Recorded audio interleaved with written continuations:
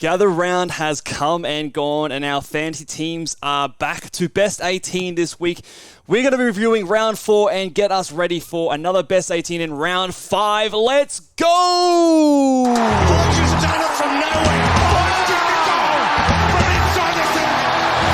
Shade from the boundary. Dusty.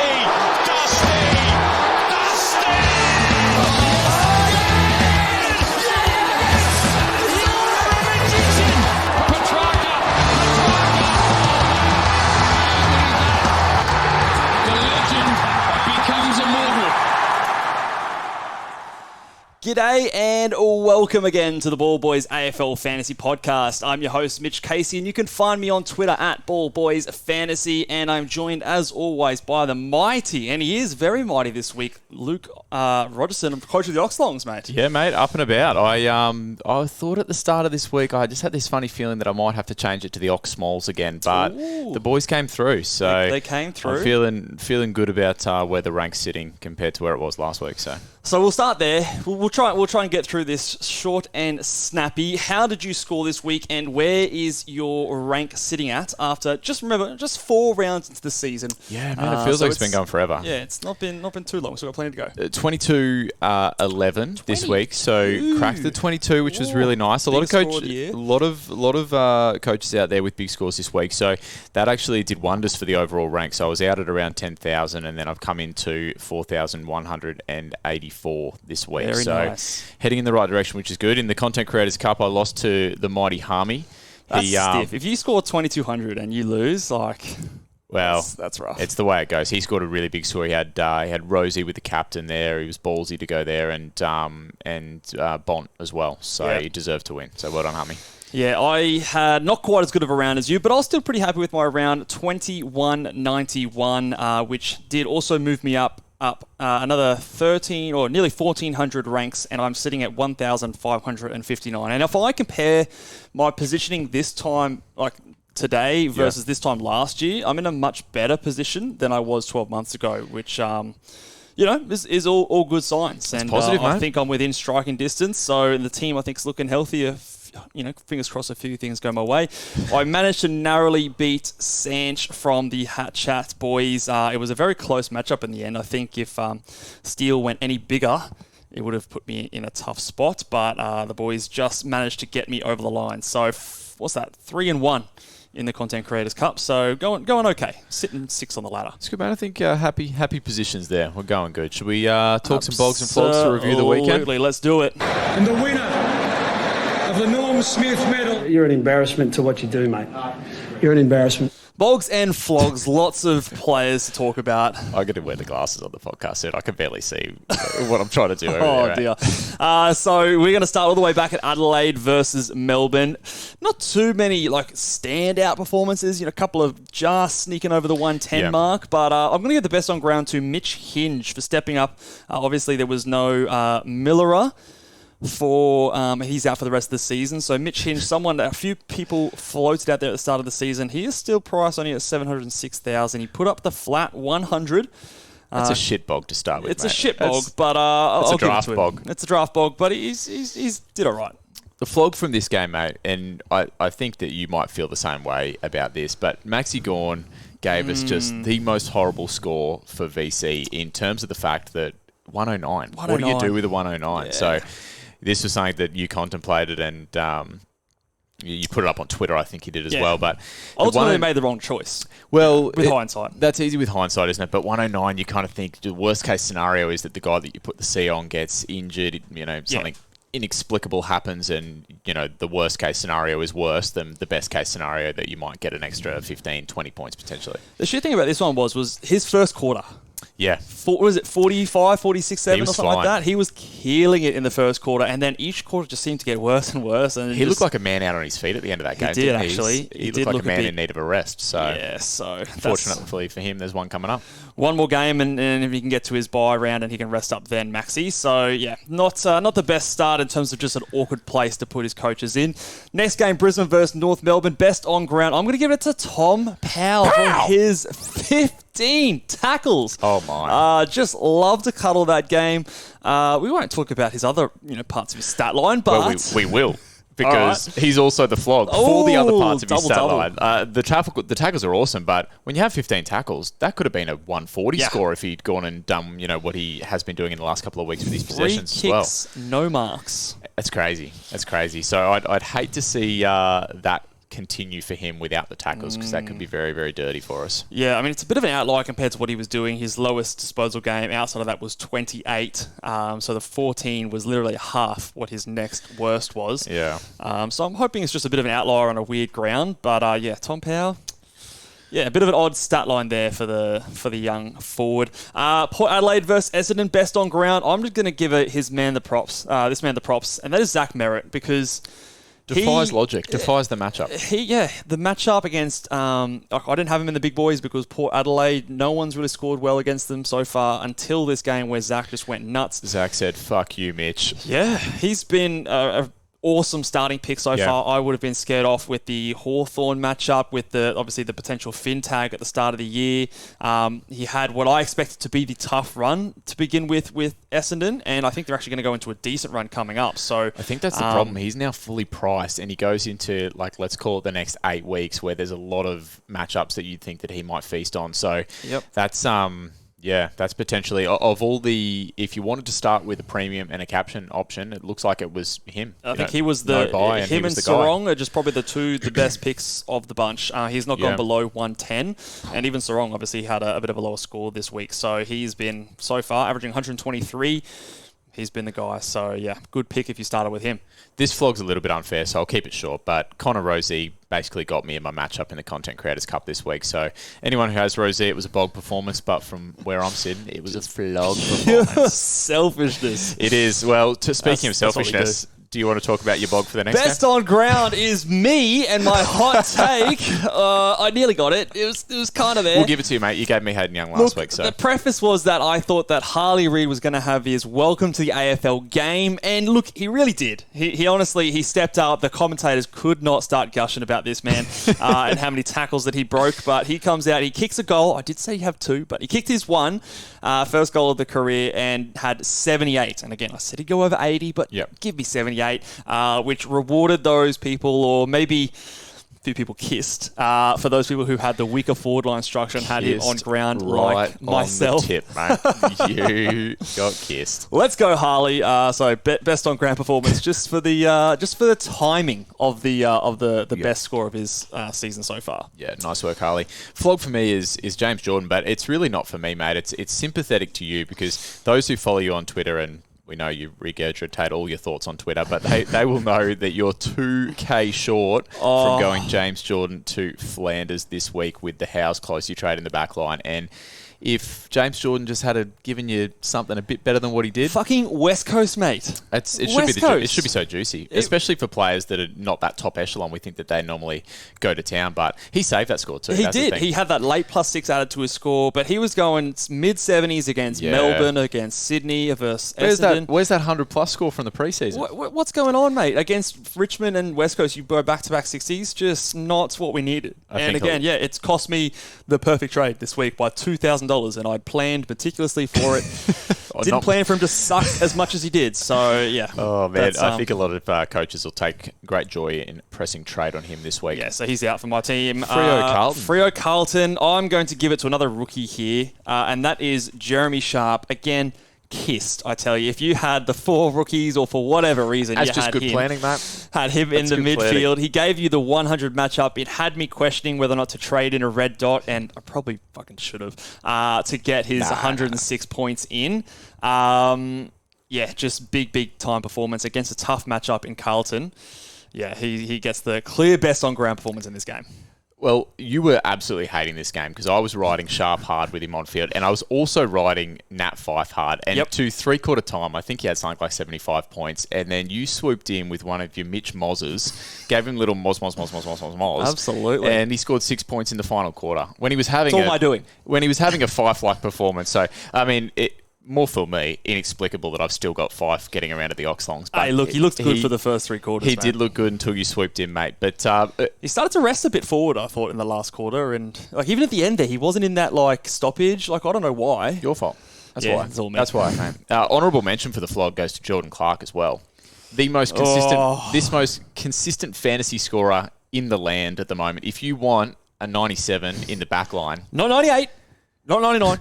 Never 100. Surely Popowski will have a stat for players that in 4 weeks have scored the same score 3 times. He was on 104. They took a tackle off him, and of course he goes and swears the umpire. This is my theory. I think he plays fantasy. I think he knows, hey, I'm going for the 97 3 out of 4 weeks, and he says, I just need to give away one little free kick here. So I reckon that's what's just sharp, mate. Look, I'm still not mad about it, but just, when you had 104 and it just turns to 97, not good enough. Next game, talk to me about my trade in target this week, mate. Bontempelli, he is the best on ground in this performance, and he reminded everyone who started with him why you started with him. I can't imagine many people had the guts to put the captaincy on him after a few down scores, but this is exactly almost to the T what he did last year. And Geelong are a very friendly matchup for midfielders at the moment, so probably should have been more in our calculations, but put a big game up. The tackles were huge, and just like that, he's averaging over 110 so far this season. So it's nuts. He's back at it. I was keeping an eye on him, and as most people would have been, for him to drop down and hit that bottom of his price cycle, and you'd thought with a break even of 140 or whatever it was that he'd be coming down, and now he's on the way back up. So very interested with a little bit of cash in the bank this week to see if I can get to him. Yeah, so he will be, if you have him, he's pretty good. That you're happy that you're not worried about anymore. If you want to get him in, it might be a little while before he's much cheaper than this.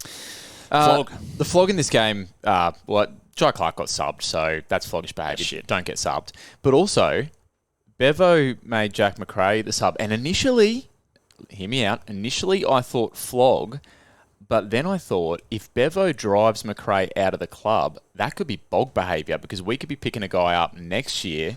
Oh, you're talking 2025? Mate, I plan ahead.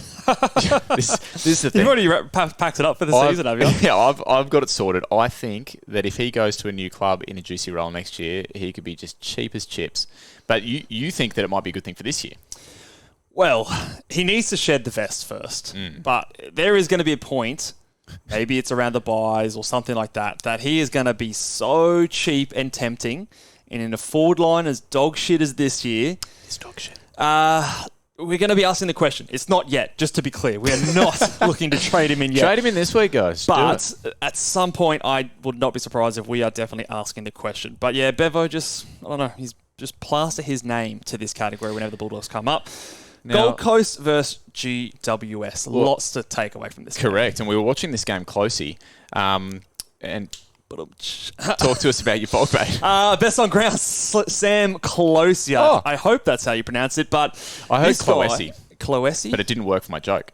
No. So I said Closey. Closey looks right, but I'll have to do some... Don't crucify me if I pronounce it wrong. I haven't had a chance to research it. It was Dimmer that I heard Cloesi from. So we'll take it from the great man. Cloesi it is. He looked good to me. Like, he looked... I think he's 21, so he's a little bit older.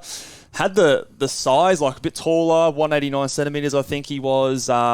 Just looked the goods out on that wing. They were talking him up in the post-game presser, saying that he was fantastic. And the 95, look, it could have been a 90, and my trade wouldn't work, but, whatever. But yeah, kicked a goal, and I think that he is not coming out of that team anytime soon. So he is the best on ground as the clear number one downgrade target this week. You'd have to think so. I wasn't in this boat, but Harvey Thomas, you decided to go cheap, and I potentially presented that there were flags. In an effort to make this trade work, which didn't end up fucking working. So that hurts a lot, actually. It double hurt here. Yeah, so if you had Harvey Thomas and you got subbed out on a 15, I mean, the warning signs were there, but it's when you're looking at what you can do next week, I don't begrudge you from making a move. Yeah, I mean, look, the warning signs were there. He scored 18 his first round. So you're like, okay, we don't want that. He scored 35 and then 100. Okay. You think you're coming in, you're with a bit of confidence, maybe he's getting a bit more up and about, but no, he goes and has 6 touches and 0 else. I'm sure there was a tackle in there that they didn't count. 15. So his cash generation is back to just non-existent. He's probably a red dot, and that's a bit of a waste of a trade. So that sucked. Now, Saints versus Richmond game, we got to watch the sequel. Wang versus Bonner. Subtitle, Revenge of the Wang. Revenge of the Wang. Although Bonner put up a fight in this one, or Bonner put up a fight. But I'm going to give the best on ground to one of the picks of the season so far, to Jack Steele, Yeah. who is currently, I think, top 3 or so in average so far of the year, averaging 121 points. He was a guy that you and I were both basically locking into our side for the majority of the season. Some people questioned the game style, weren't too sure if, the game was too fast for him now, but we said, no, the man is healthy. The man has a great-looking haircut, and he is in our teams, and he has rewarded the faith and did the big boys proud. He was number 3 on the big boys this week and went 130. I wish I just had the guts to back him in after getting that 109, but still, he's in my side, so can't complain. So big shout out to him, but also honourable mention to your boy Wang, who thank you, helped you after the poor score last week. My flog is, again, 100% selfish. It's the boner for me because that guy, after having 17 turnovers, came out and acted like he was Nick Dacos. Legit, yeah. He came out and he is the ultimate sea sponge. He is. The man is thirsty. He is thirsty, and I Googled it. A sea sponge apparently is the thirstiest animal. 20,000 litres of water a day. That's the sea sponge drinks. I don't even know if it's sea sponge. Yep. So Riley Bonner is the sea sponge. And you know what? Do you know the arrogance involved with this man? He got the pill at centre-half back. The Wang cruising past. Oh. Any other player in the St Kilda team gives that to the Wang because they all hail the Wang. He's the best kicker in the team. Best kicker in the best kick in the team. Yep. And Bonner says, no, I'm going to kick it. Almost gets it turned over. 2 seconds later, crunched by Maurice Rioli. Folded up like a deck chair. So this is selfish because a lot of people are going, Rogerson, get your head out of your ass. We love the boner. But I'm selfish here. This is our podcast. I don't like the boner. Yeah, it's our podcast. We'll talk what we want about. But look, if you traded him in, it's been a great pick. It's the proof's in the pudding. The damage is done. For us two people here, sitting here, acting like, we're just grumpy salty. old men, salty. We are salty, aren't we? The damage is done. We should have traded him in, and we missed that one. But I am still sitting here thinking that I actually don't think he's that good of a player. And I think the 69% time on ground that he had in this game and the fact that St Kilda looked the best that they did the entire game, the times that he was sitting on the bench, suggests that I think that Ross Lyon might be starting to come around. Now, he kicked that late goal. This has got to be wishful thinking. I don't think he did kick a good goal, didn't he? The late goal, I think, maybe have saved himself, but there was a point in this game where I thought, could this guy actually be subbed? Could he be dropped next week if Richmond wins? They got the W. He kicked the goal in the end, so I think that buys him at least another week. But the 69% game time, that's Illuminati stuff. Boner, 69% game time. Illuminati confirmed. It's just all converging. It is all converging. So we'll just have to wait and see. Once a monitor, but look, he's been great, and you're not trading him out at all unless he is dropped. So it's been a great pick. Let's move on to Collingwood versus Hawthorn. Best on ground. I'm going to give it to Nick Dacos because when you score, what do you have, a 95 in the game that we all thought was going to be doom and gloom for him, really, the really only big blunder that he's done this season is that 61 versus St Kilda. And if I looked at the preseason and looked at his schedule, I would have put St Kilda as his highest score for those first 5 rounds. And this one being a 95, and he was tagged, and he moved back more into the midfield in this game as well. His CBAs were very, very high. If you've held him, I think you still continue to hold him. He's basically pretty much bottomed out. Oh, no, he's got 130 break even, but he could hit that, honestly. So if you're looking to trade him in next week or the week after, I think that is someone we're going to have to pounce on. But he gets the best on ground. Flog for this one. This is I was kissed on the tip 2 weeks ago when I traded in the Wang instead of Massimo because he's had a couple of stinky scores. So if you've got him there, too. Not ideal. And then the other flog here is Carl. Oh, where the fuck was this 2 weeks ago, mate? Exactly, Carl. You didn't give it to me 2 weeks ago, and then you come out and get a 113. That whole Hawthorn team, I'm not enjoying the ride. I've got no more stocks in Hawthorn for fantasy, for classic, and I don't want to jump back on because it's a mystery every week in terms of what they're going to put up at the moment. So happy to steer clear. All right, let's talk about the next strategy chat. So we're going to start to talk about... And the winner of the Norm Smith medal. You're an embarrassment to what you do, mate. You're an embarrassment. I just played the sound grab on the way out. Oh, all right, yeah. But I probably should have let you know. Wrap it up. We're not doing the Bogs and Flogs again, as the sound might make you think. But we're just going to talk about some general strategy chat. Now, I am going to go ahead. Okay. We did this prematurely last year. Okay. This probably means there's carnage coming come Thursday night teams. But I'm calling it upgrade season is open, everybody. It is upgrade season. We are making our upgrades now. This time last year, it was a week early. But this year, because we've got an extra price cycle in players like James Jordan, like Blake Howes, some of these rookies in mid-prices have gone up that extra price cycle that they normally would have. So they are fat enough for us to get them up to a premium and begin that upgrade cadence. So the general strategy here is a bit of an interesting one. So my question to you is, when we're talking upgrade season, what kind of players should we be targeting? Are we looking at... Good players, I would suggest. That would be mine. Good players. All right. Yeah. Thank you for listening, guys. That will be it. I mean, I think the sort of general narrative over the last few years is targeting like underpriced players that you think have dropped in value that can then outperform their price. Like it's a value game. The interesting thing for discussion, and we'll talk about it today, is the fact that a lot of the players who, in my mind anyway, fit that bill of having dropped a little bit in price and should be targets actually have buys either this week or next week. So I'm thinking guys it limits the pool of options, right? Well, I'm thinking guys like Errol Gould and Nick Dacos. These guys have a buy this week. I'm Clayton thinking guys Oliver. like Clayton Oliver next week. Yeah. So that I think, I'll throw the question back to you. Could this be a slightly weird week in the sense that if you're going for one of those upgrades, it might not necessarily be a guy that's underpriced? Yeah. Look, there's no one screaming out to me that says, pick me, like, let's go, I'm so underpriced. Let's go. Just don't even question it. There's a few guys that I think are still underpriced, and this was part of the thinking for me that I was keen on holding off someone like a Sam Flanders until this week, because I think it is a more obvious trade target. I do still think he's a bit of value and he's a clear top liner in his position. Versus if you're trying to target some of those players that maybe, someone like an Andrew Brayshaw, like a Bont, like you said, they hit big break-evens last week, so their cash fall has stopped when you might have been hoping that they'd get even cheaper. And like you said, there's a few guys coming into their buy. So it is a difficult round. The reason, and I want to delve into this because it sort of just sets up the thinking, right? The reason we try and target those underpriced guys and we don't go straight to the top is because we want to be making an upgrade essentially every week that we possibly can if we don't have bullets. Yep. And by doing those big dog guys and leaving yourself short of cash for the following week means that you might put yourself at risk of not being able to do an upgrade next week, or settling for an upgrade next week that's going to be something you're going to have to fix up later anyway.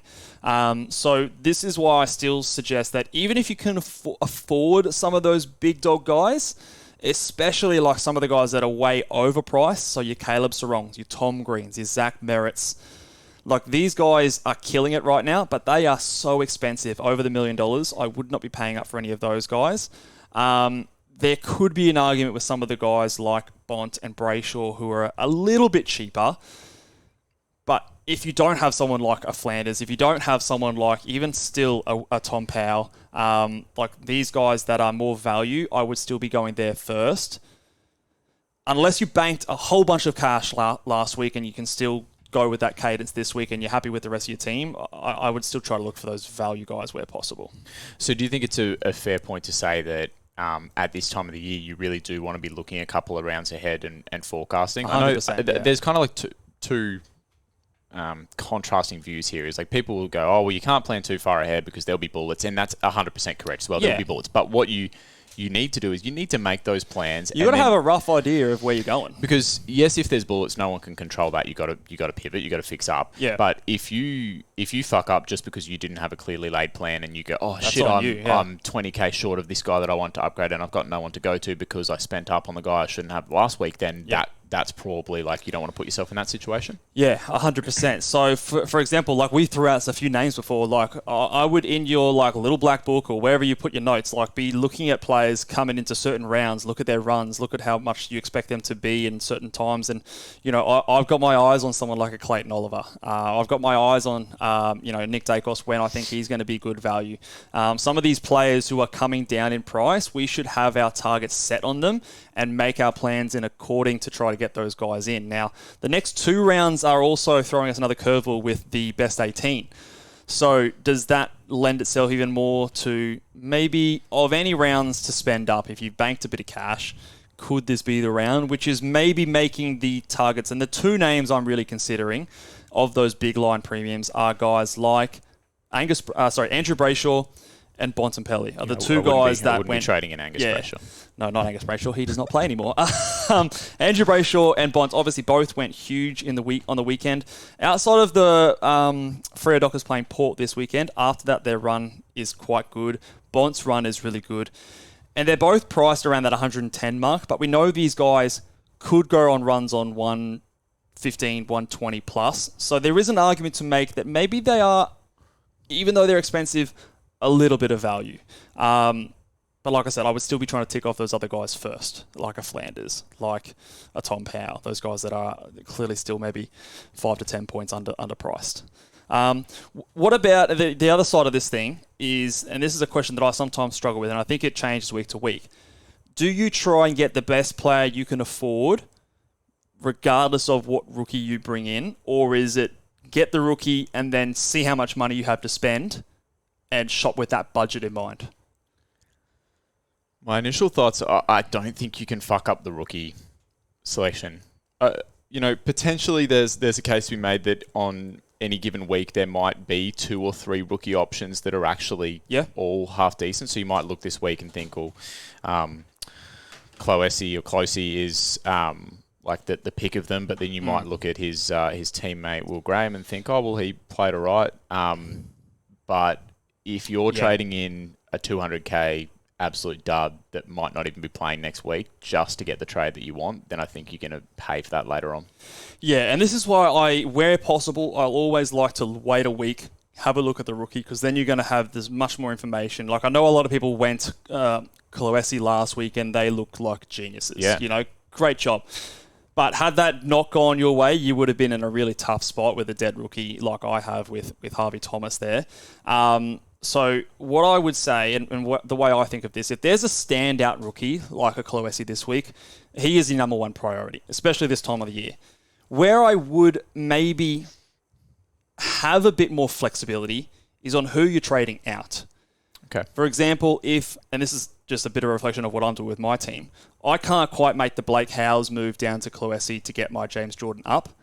I still want Flanders in my side, and I still want Cloesi on my side.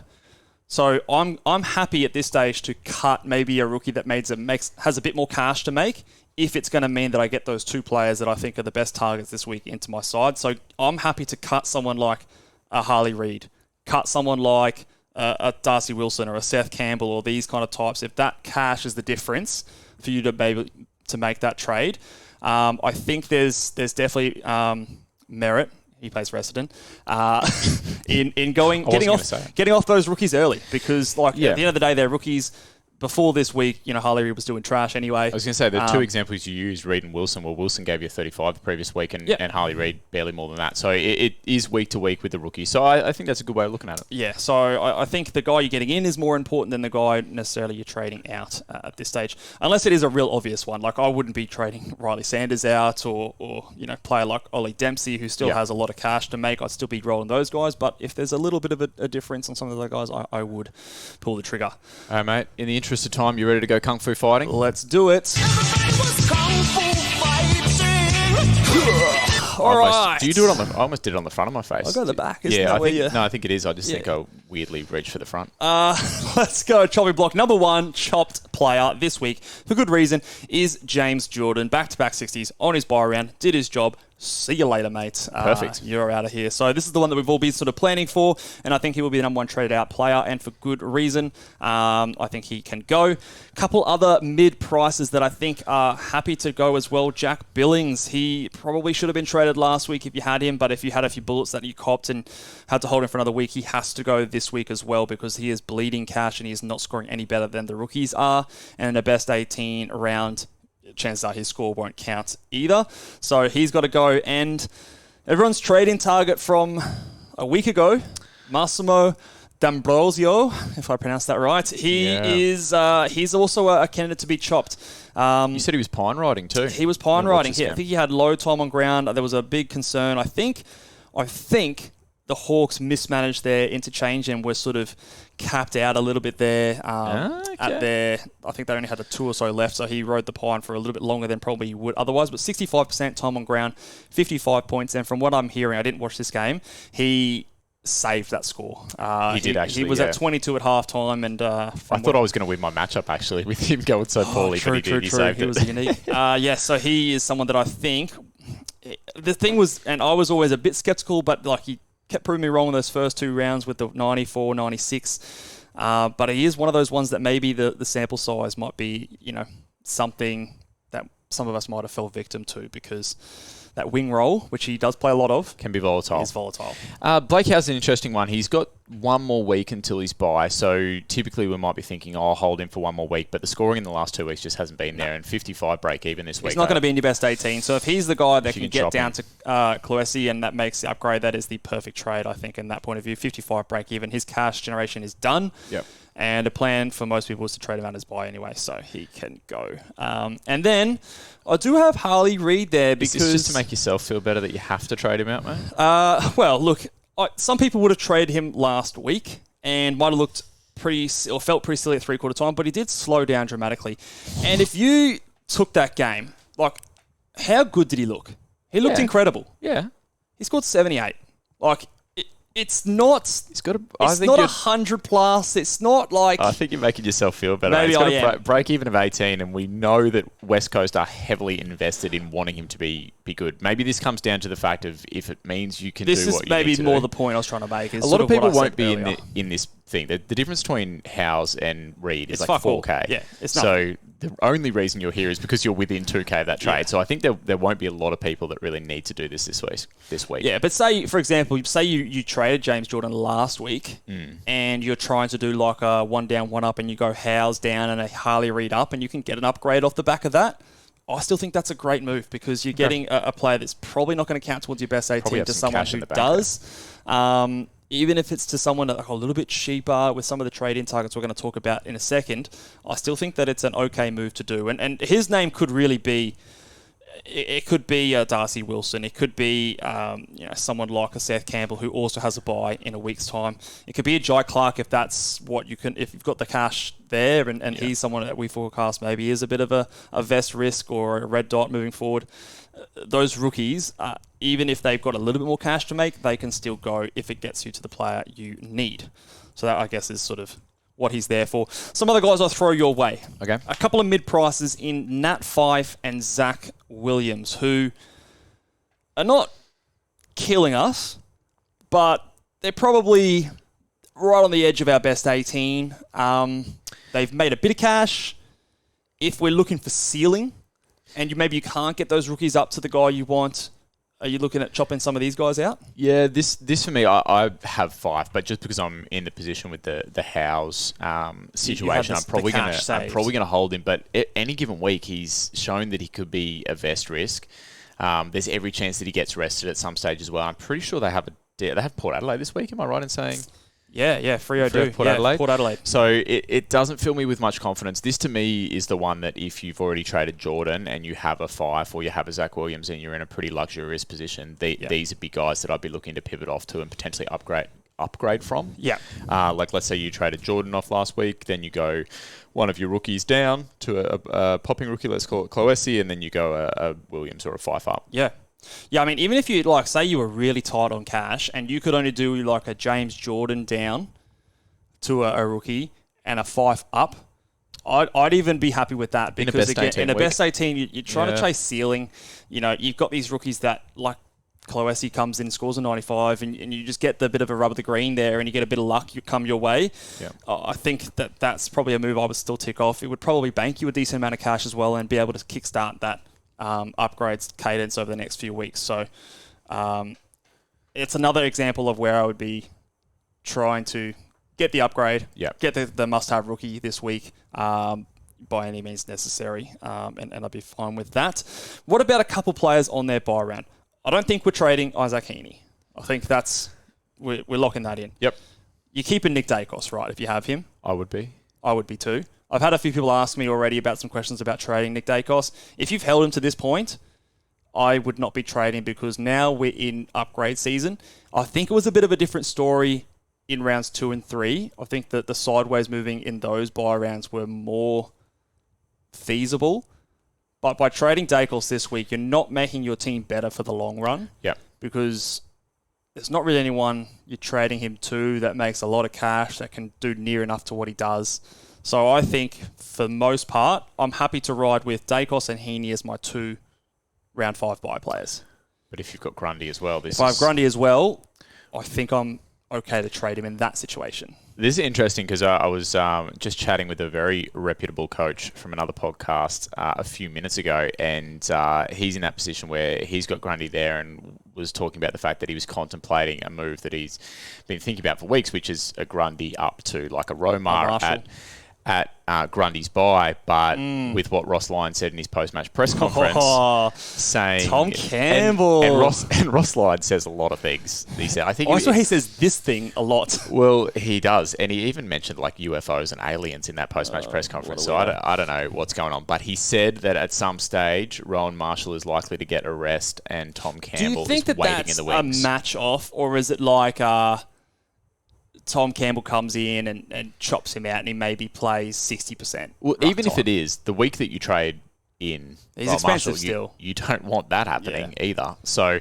I just think it adds just a little bit of spice to that narrative if you were thinking about going Grundy up. And I really don't see that at being, English, but... English has been he's not really someone that I'd be targeting at this stage. 145 break even. You still got more to go if you wanted to go there. So it makes it a tricky one for Grundy owners. Maybe when would be the situation you would trade him? So you've got Heaney and Dacos. I think I would if I had. So if he's your third guy on the buy round. Third. Otherwise, I think I would just sit tight and hold for now. Especially with what's been said, and if you can do something good elsewhere. Yeah. What if you had those 3, and then you also still had a James Jordan? Because there's every chance you probably can't trade Jordan up to someone good and Grundy up to someone good. You're probably doing a couple of sideways moves. In that situation, it sucks. You probably planned this not so great, but I'd still be trying to trade out James Jordan. Yeah. Is there someone you could go down to for not really? Could you move Jordan to your utility? Go like a Cloesi and then go... trading Cloesi and then have one of your other forward rookies Grundy go up from there. Too fancy there. Maybe it's a tough one to be in, but I think that if he is a player that you've got one of Dacos or one of Heaney and him, I'm happy to hold. If you have 3, I'm looking to trade. Or if you have him and like a Sherry on your bench, I'd be wanting to hold because I want him to cover Max the next week. Yeah, that's an easy one. So I think those are the situations where I trade and hold. We're going to do a segment which I don't do every week, but I want to do this one in preparation for upgrade season, and it is the...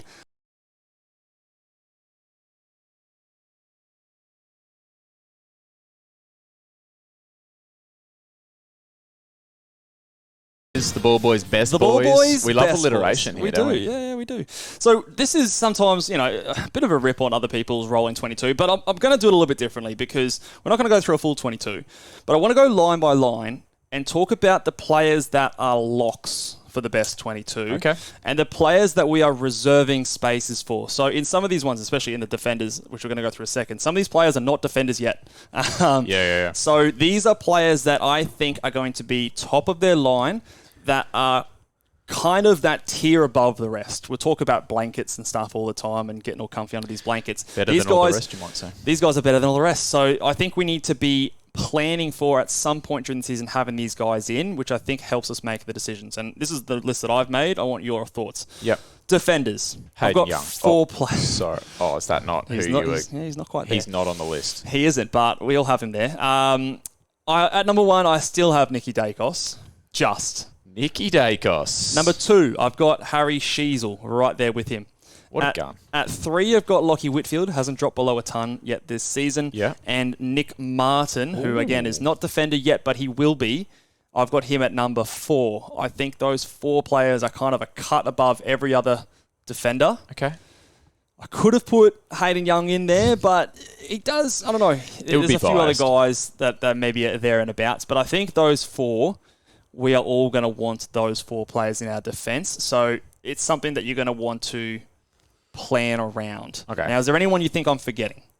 I think that's fair. I think, like I said, Hayden Young is going to be there and on the cusp. You've got guys like Tom Stewart. You've got guys like the Wang, who I think there's a lot of defenders that fall into that bracket of being like just on the cusp of that. They're like high 90s kind of guys, would you say? Yeah, this is the thing. And I mean, 2 weeks ago, would you have had Nick Martin on that list? Probably not. He comes out and gives you a 1. I sort of thought he'd be there the pre-season. Maybe not a lock, perhaps. Maybe not a lock, but now definitely. So I think that's fair enough. And the good thing about this is just keep in mind, like, these are guys that, like you said, we're going to need there at some point. So if your defence is starting to get loaded up and you're forgetting to consider that guys like Nick Martin are going to swing back there soon, and you've also got DPPs potentially coming up for guys like Colby McKercher, Matt Roberts. So you just got to keep that in mind, I think, is the main thing. Yeah, Boner is going to be going back there if you're still rocking with a Carl Amon or one of those types. We're going to have a lot of defender eligibility coming our way come round 7. But I think those 4 guys are going to be guys that we're going to get into our side sooner rather than later. Into the midfields. Now, the midfield is always so tough because there is so many good midfields in the comp. I've got 4 players here that I think are probably just a cut above the rest. I've got Tom Green, Caleb Sarong, Zach Merritt, and Marcus Bontempelli making my clear best boys top 4. Then you've got a bit of a blanket. I think you could throw in players who stiff to miss, really. Jack Steele. There's guys putting their hand up there. Dawson, Brayshaw, even Connor Rosie's Connor Rosie. Well. Like, there's a bunch of guys you could throw in there. Petrarca, Oliver, like all these guys that there's a bunch of good players. But I think these 4 are the guys that I could see from this point. If they went at an average 120 from here, I wouldn't be shocked. Whereas I'd probably be mildly surprised if other guys did that. So does that make a case for the fact that because there are so many guys that can put their hand up for those top 8 mid spots, that it might be a good structure to continue to run with for a little bit? Is that 4 rookie midfield, 4 rookies that we feel pretty safe with their scoring and lock away these defenders and forwards that we know are going to be top of their line? It does lean me that way if you can get them at value. This also leans me more to, again, go in the value options where possible. But the interesting name I think on this list is the Bontempelli name, because Tom Green, Sarong and Merritt are all well over $1 million. But Bont is just underneath. So I think because he, to me, still fits into that top-tier bracket of guys that just week in, week out, I can expect big things from him. It makes me feel more okay ticking off trading him in this week, despite him being nearly $1 million. But he is probably one of the only ones I would say that about at his price point, because he's priced at 113, which for most other players is overpriced. For him, it might be. It's a big might. It might still be unders and value. So, but yeah, I still think he is up there. The rucks, I still think you got Rowan Marshall at number 1. Yep. I'm now putting Max Gawn and Tim English on the same tier. Ooh, okay. Max has done nothing wrong for us so far. Yeah, that's correct. So I think we are in no rush to get Max out. My plan at this stage, week 4 going into week 5, is Max is going to be going right up to his bye round. Probably plays round 15 for me if everything goes the way we hope. There's a scenario where he never leaves. There's a scenario he never leaves. There's actually a scenario where he never genuine leaves. scenario. And this is why I wanted to start the year with him, why I was so keen on him, because that scenario is definitely a real possibility. But I still think Rowan Marshall... He's averaging like 12 points more than Tim English. 100%. 100%. I think, so English has been a bit disappointing for me so far, but I do think that Rowan Marshall is still someone that, for us Sherry owners, we're going to want to get him up to him at some point. He's just over the $1 million, but he is actually coming into a good patch of fixtures coming up. So he's got Giants, Bulldogs, Port Adelaide, North Melbourne in the next 4 rounds, which are all pretty decent matchups. Which forwards you got locked into the best forward boys? line, I've got 2 which I think might be controversial. Isaac Heaney has taken the number 1 spot. Sam Flanders, and we'll talk about him a lot in a second, still has number 2 despite moving to the half-back role. And number 3, I actually have Tom Powell. He is there to me just as a pure inside midfielder. He is averaging 96 points so far this season, and he's got a couple of subpar scores in there, but that's just how dire this forward line is. And I think I can rely on that role maintaining for a while. So I think he is there at number 3, but the forward line is wide open. I think that's why they're probably less controversial picks than you say. Is the fact that the forward line is just very, very open at the moment. So Flanders, like you said, we're going to talk about... He's such a big target this week, Flanders. Yeah, he's going to be top of his line, you'd think, regardless of what role he's playing. And that probably is a good segue to our trade targets, because we're going to talk a little bit about that Sam Flanders role and what we think of it. It's the Gold Coast Suns week this week because for those watching on YouTube, you can see the little graphic there. I've got 4 Gold Coast Suns in my top 5 trade targets so far. Sam Colosi, I've forgotten that already. Cloesi, he is number 1 by far. I think you have to get him in. He's going to be key cash generation for us over the next few weeks. And then I've got Flanders at number 2, just being the standout forward option. He's had his bye. That halfback role. Let's talk about that role. Yeah, that's going to be a big talking point this week. I think it's really interesting because he obviously goes to halfback. He has a 37-point first quarter, and everyone's like halfback roll, and like. Yeah, that there is that to an extent.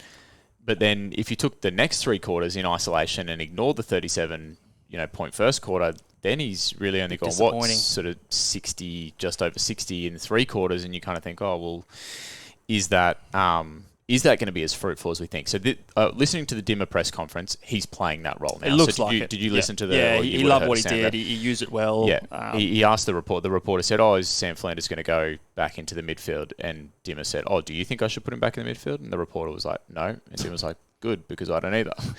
It was pretty sort of like abrupt in saying this is his new role, which is I found really ironic because Flanders was on the traders in the preseason telling us all to pick Sexton, and now Sexton's been dropped and he's playing Sexton's role. His role, yeah.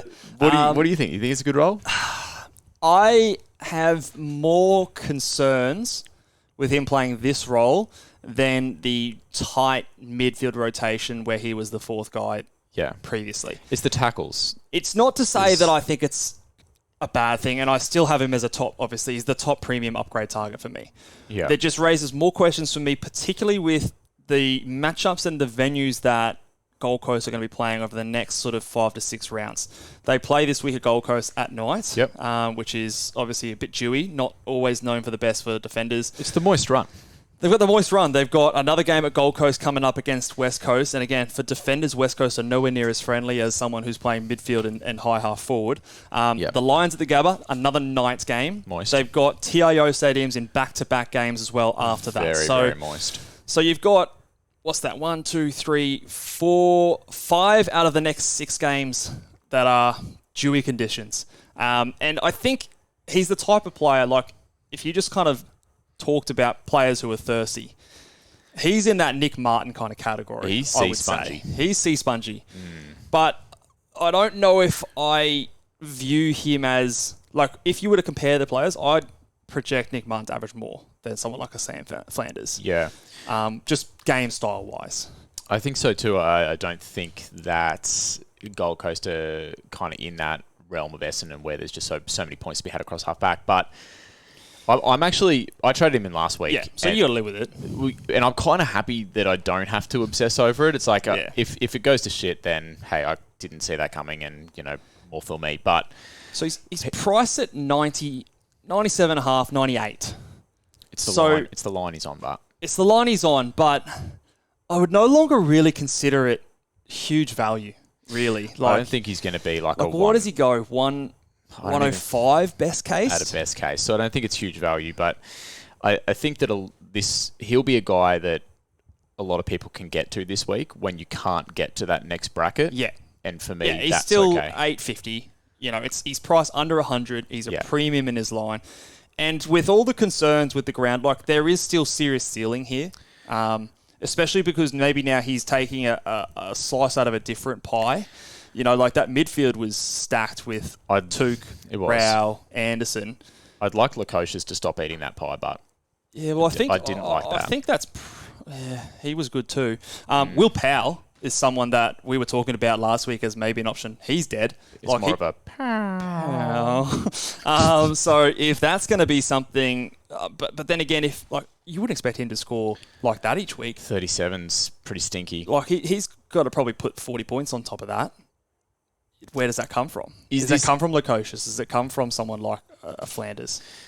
Potentially. Giants. I mean, there's so many things here. Is this the example of like you just completely overthinking something? I think so. I think I am a bit overthinking it, but I just I don't love that there's an extra spanner thrown in the works. But like I said, he's still number 2. Okay. But I'm less excited about it than I am when I thought he was just a pure midfielder, essentially. What about Luke Oshus? So Lukosius here is at number 3 more because he has a very similar role. I don't think he's quite the seagull that Flanders is, not quite the thirsty sea sponge, but he is a very good player. He has played halfback before, and he has played halfback in 2 back-to-back weeks. He's gone 80s, 86 and 84 in back-to-back weeks, and he's got a season under his belt where he's been a mid-80s guy. He is priced at, what is he priced at? 70.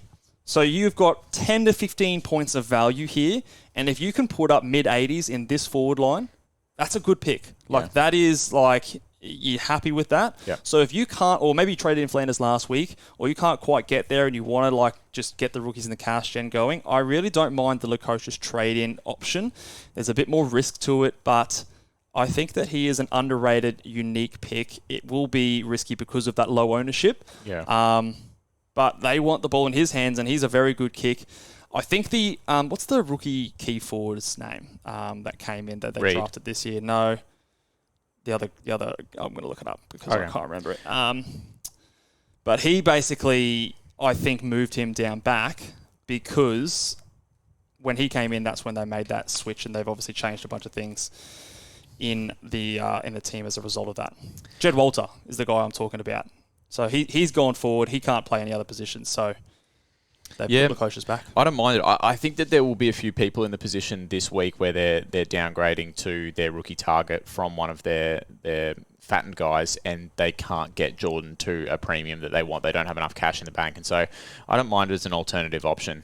If you were to turn Jordan into Lukosius this week, you're getting off a guy that has his bye, and you're trading in a guy that is playing a good role in a line that we need guys scoring. So, who else you got? To complete the quadfecta of